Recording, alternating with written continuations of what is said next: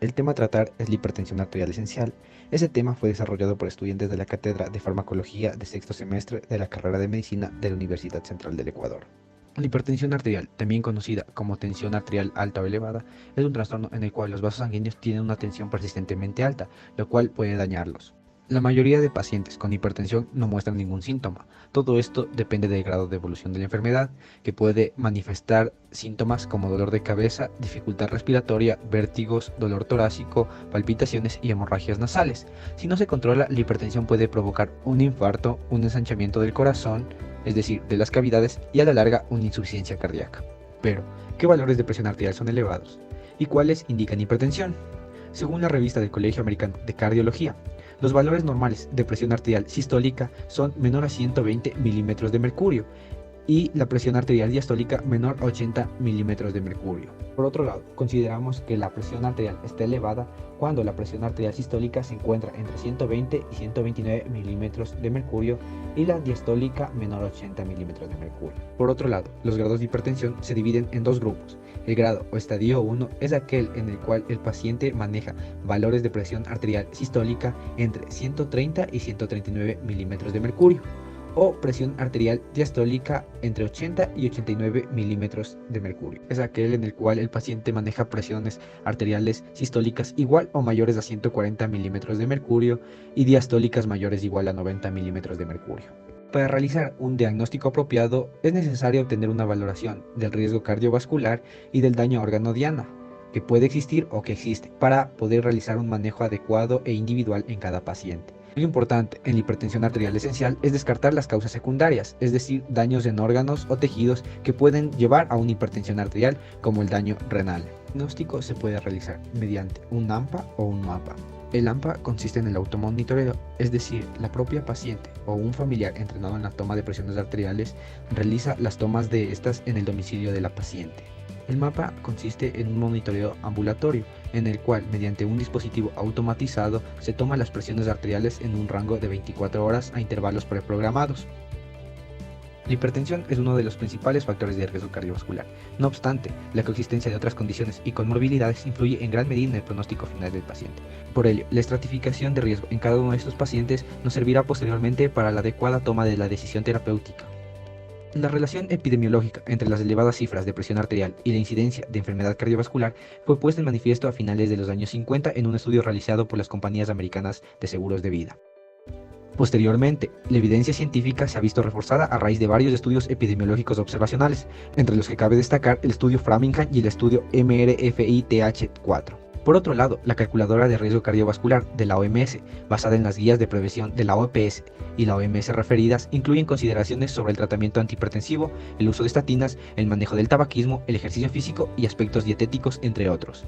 Evaluar el daño a órgano diana es fundamental en esta patología. Se puede realizar a través de los siguientes exámenes, que son de gran ayuda también para descartar causas secundarias. Se puede realizar un electrocardiograma, una química sanguínea, un recuento sanguíneo, un uroanálisis, una evaluación de niveles de TSH, al igual que algunos electrolitos como sodio, cloro, calcio sérico. Siguiendo la guía de la buena prescripción de la OMS, es necesario especificar el objetivo terapéutico. En los pacientes con hipertensión arterial es fundamental reducir a niveles normales la presión arterial. En estos pacientes también se debe prevenir las complicaciones cardiovasculares que conlleva la enfermedad, y es igual de importante estimular la actividad física en este tipo de pacientes.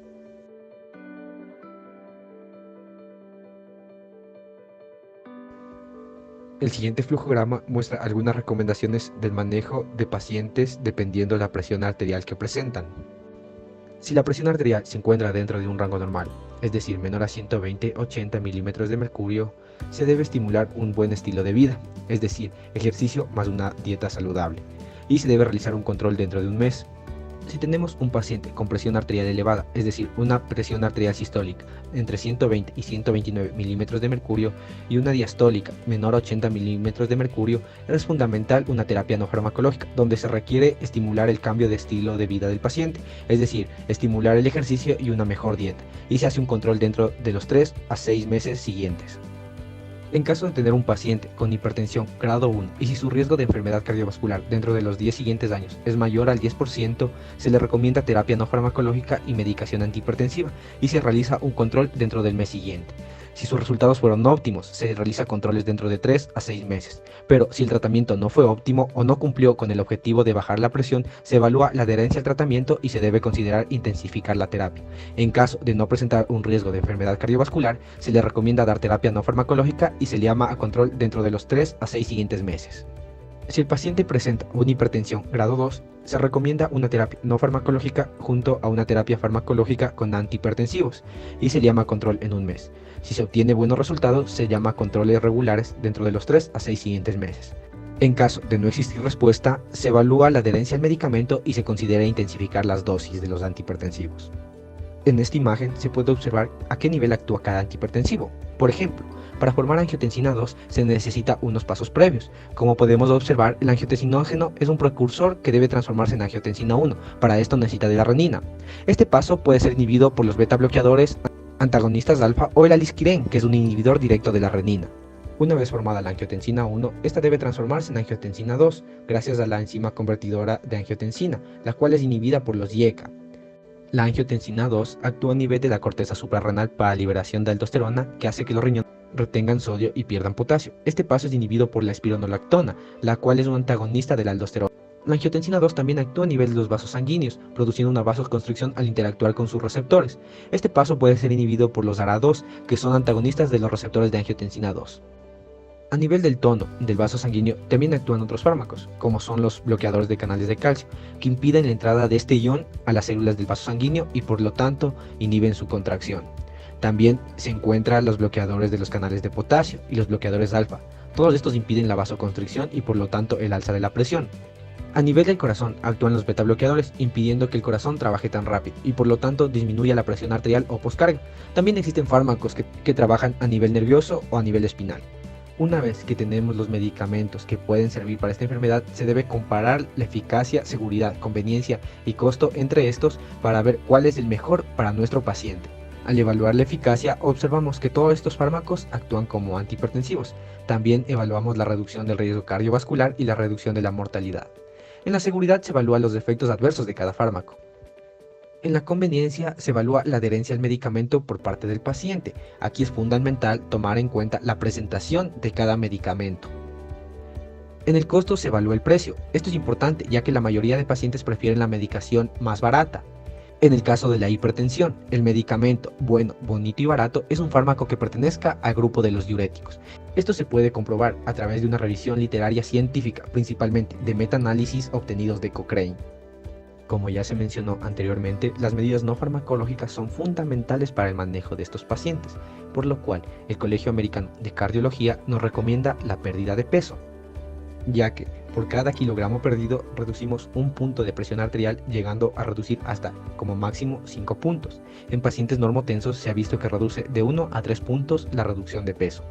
También se recomienda una dieta DASH que incluye frutas, vegetales, granos y alimentos con poco contenido de grasas, que ayudan a reducir en pacientes hipertensos hasta 11 puntos de presión arterial, mientras que en normotensos se ha visto que reduce hasta 3 puntos. Junto a esto se recomienda una ingesta baja de sodio, que va entre los 1500 y 1000 miligramos de sodio al día. Esto se ha visto que ayuda a reducir la presión en 5-6 puntos en pacientes hipertensos y de 2 a 3 puntos en pacientes normotensos.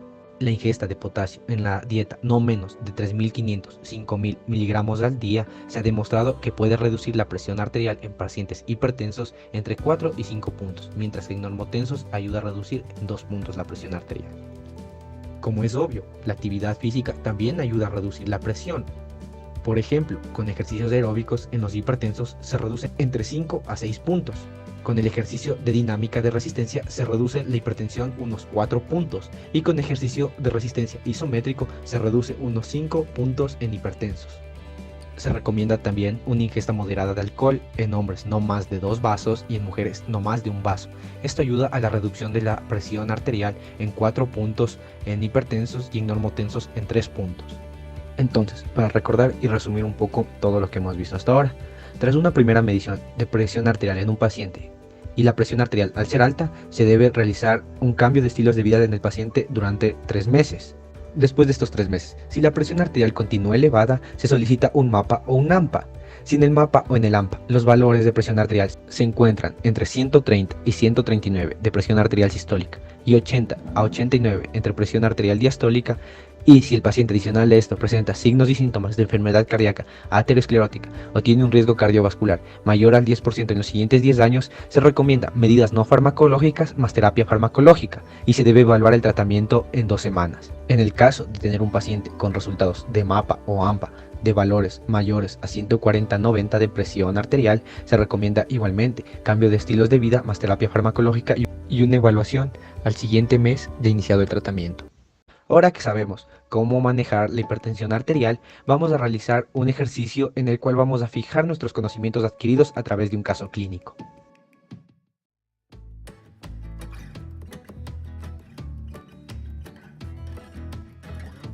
En este paciente, que refiere desde hace 3 meses valores superiores a 130-90, es importante realizar un MAPA o un AMPA, el cual nos ayude a diagnosticar la hipertensión arterial.